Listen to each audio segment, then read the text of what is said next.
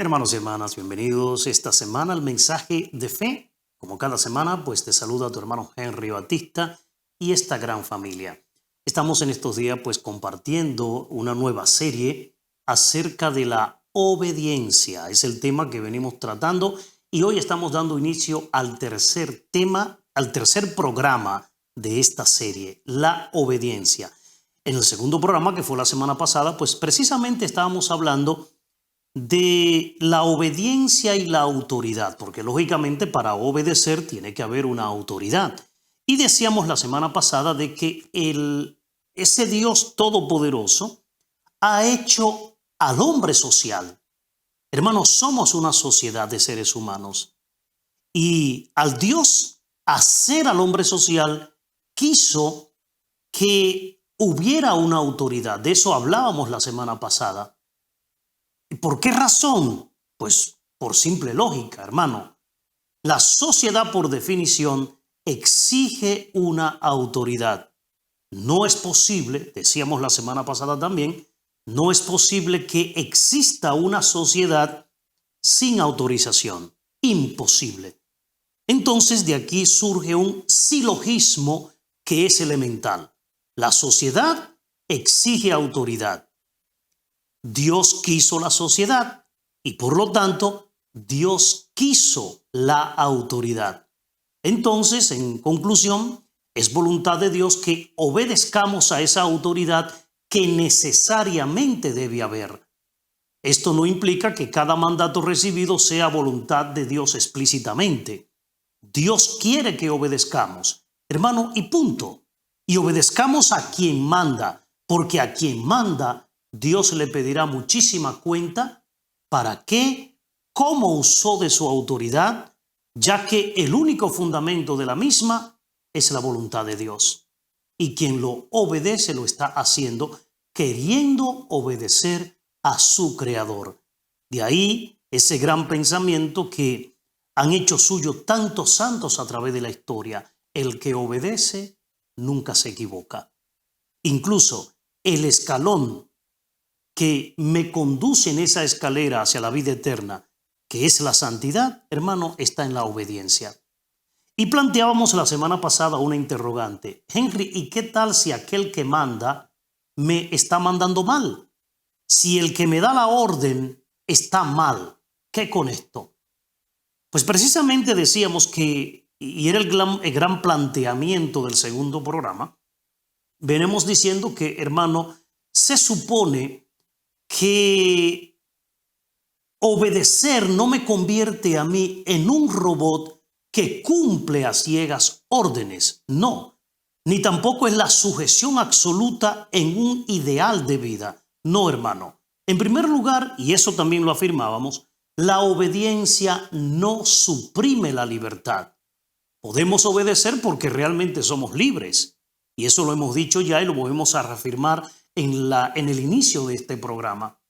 Y sobre todo porque los ámbitos de autonomía, hermanos, son enormes. ¿Y por qué razón? Porque abarcan la mayor parte de la vida.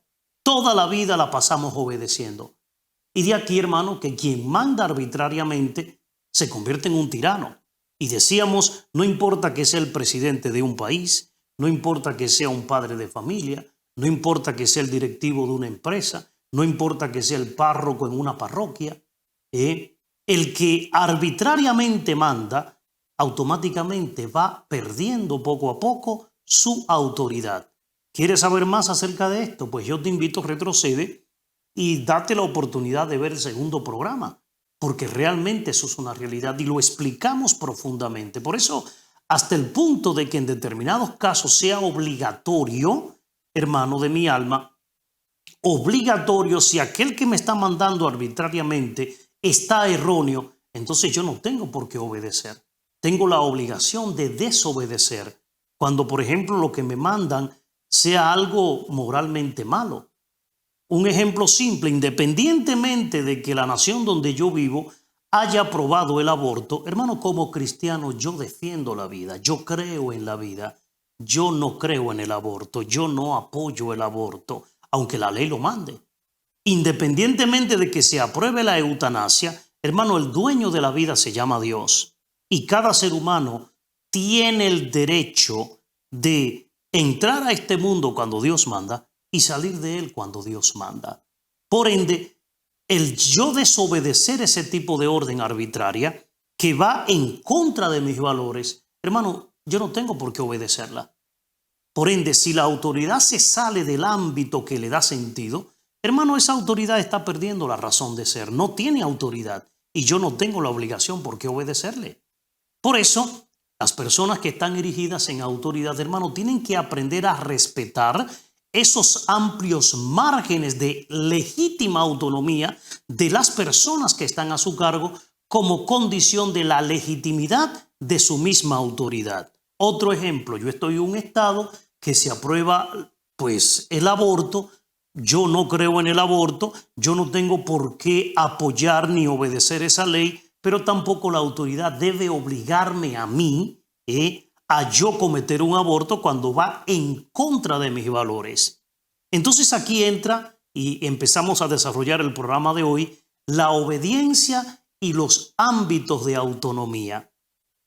Aquí quedamos la semana pasada y aquí vamos a dar inicio. Y decía, y estoy haciendo un breve resumen, yo soy papá, yo tengo 2 hijos preciosos, hermano, y tengo muy claro que ser padre no significa que yo sea el dueño de la vida de mis hijos, porque esos hijos, y eso me lo enseña la iglesia, antes de ser hijos míos, hermanos, son hijos de Dios. Entonces, cada persona, incluyendo esos hijos, tienen una dignidad personal que yo tengo que respetarla. Entonces, la consecuencia aquí es inmediata de la autoridad y de la obediencia. De eso estamos hablando, ¿no? De la autoridad y de la obediencia. De la obediencia y los ámbitos de autonomía. Aquí en el hogar, hermano, esta consecuencia es inmediata. Está la autoridad paterna, en este caso, mi caso, soy papá, tengo una función y es la de formar a mis hijos, formarlos para su bien. No mi propio bienestar, no buscar mis gustos, no buscar mi capricho como padre, sino ayudarlo a ellos que se desarrollen, que crezcan, que descubran su misión, que descubran su vocación y que se conviertan en hombres y mujeres de bien para la sociedad en la que están viviendo. Y lógicamente no estoy diciendo que esto se extiende a todo. Es interesante incluso como cristiano recordar lo que me enseña el catecismo de la Iglesia Católica. Dice el catecismo, y yo estoy súper claro con esto, mientras el hijo vive en el domicilio de sus padres, dice el catecismo, sin importar la edad que tenga, el hijo tiene que obedecer a todo lo que el papá disponga para el bien personal, o sea, del hijo, el bien del papá y el bien de la familia. Es decir, hay un ámbito que es muy concreto.